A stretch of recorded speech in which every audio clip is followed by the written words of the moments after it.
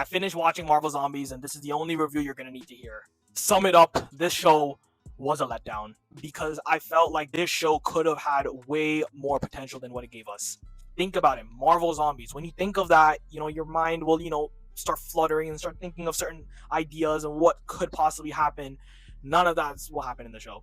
First things first, I want to say I think it was the greatest idea to have Wanda Maximoff be the main antagonist in this. I think Elizabeth Olsen does such an incredible job of voicing Scarlet Witch, the Queen of the Dead. That's what they refer to her as. The standouts from the show to me, obviously, Kamala Khan, Miss Marvel. Iman Vellani did a great job voicing her. I thought Simu Liu's Shang-Chi was another standout. David Harbour as Red Guardian was really good in this as well, before he obviously turned. But besides that, honestly, the show just didn't hit. My reasoning is because a lot of the show actually did not make any sort of sense.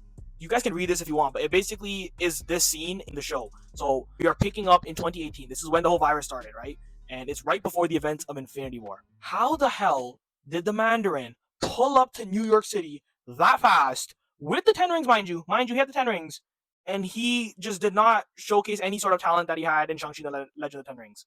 The man lost his brain cells. And that's the thing, because a lot of these characters in this show apparently just did not have any sort of IQ. My second issue is with this idiot, Thor. They call him the God of Thunder, the powerful being. This powerful being was an idiot in this show. Now, this is another thing that I don't understand with this show, because obviously Marvel Zombies is set right after the What If Season 1 Episode 5, the Marvel Zombie episode in that. It's a direct continuation from this, right? And then in the end of that episode, we saw Zombie Thanos, right? This is, again, just mind you, this is happening while Infinity War is happening. How the hell does he have all these Infinity Stones and he turns zombie? I saw a theory online that he was using the Reality Stone to pretend to be a zombie. But let's not give the writers and developers for this show any sort of credit, because that's not at all what's happening.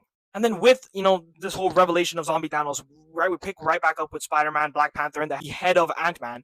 And they do this 1v1 fight, 3v1, whatever you want to call it. Thor pops up, that man gets obliterated. He doesn't go for the head as per usual, and he just gets blasted. And at that point, he gives up, because after that blast from Thanos with the Power Stone is the moment that changed Thor forever, because he became a completely different person. And that is my biggest issue with the show, is the fact that certain characters made decisions that they would have never have made in the first place. Oh, this is an alternate universe where, they're not going to do the same thing. I don't give a shit. It doesn't make any sense in the first place. And then we have Infinity Hulk. So he was created after Zombie Thanos and Black Panther had their fight.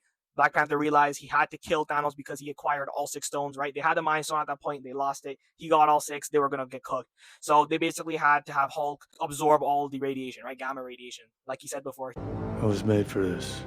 Listen, he was cooking a zombie horde at first in the final battle when Wanda comes to fight him, but I don't know how he even took any damage. Like, I understand they need to make Wanda look as powerful as she can, but what are we doing? One thing I will give the show props for is the fact that they actually killed off a lot of major characters, and they did it in some very brutal ways. But again, it's just the overall, the structure of the plot, it just felt weird. A lot of it didn't make sense. Like, certain moments were not happening, and then this show made it happen. I don't get it. Like I said before, Mandarin popping up in New York in 2018 that fast after the zombie horde, was happening. I don't know how that happens. How did Thanos come to Wakanda with all 5 Infinity Stones? Mind you, in official MCU lore, they said that he destroyed the Nova Corps to complete oblivion.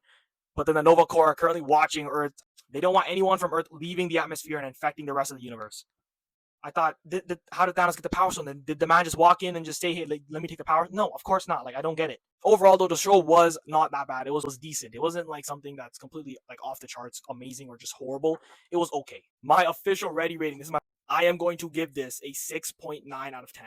Let me know what you guys think about the show, though. Honestly, I need your overall thoughts. How do you guys feel about it? Apparently, they are looking at making a sequel to this, or continuation, maybe another season, because of the viewership. So would you guys be interested in seeing another part to this? Let me know.